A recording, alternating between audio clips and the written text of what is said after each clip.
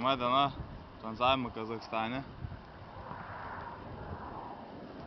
Naktį praleidom prie Kaspijos jūros. Trečia jūra per 3 savaitės. Pirkėm kojas, visai neblogai. Ėjom naktį, darėm naktinį žygį per maždaug. Nes žinojom, kad jūra yra toj pusėj. Ten kažkur įvėjom. Pasirodo ne taip paprasta buvo. Nes tai užtruko kokius 8 kilometrus. O dabar va. Dabar tranzuojam.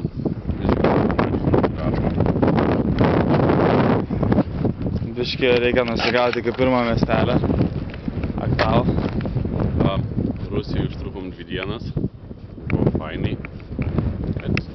Vienas traukinys ir viena mašina pagrindai. Dar įvažiavus į Rusiją porą buvo. Gerų žmonių. Šiaip darė kokį įspūdį. Turi dar komentarą kokį? Einam dirbt. Jo, nes dabar labai užimtas kelias. Reikia susikaupti, nėra laiko čia, kada keptas video. Dėk į kamerą, davai. O my god, atvažiuojam.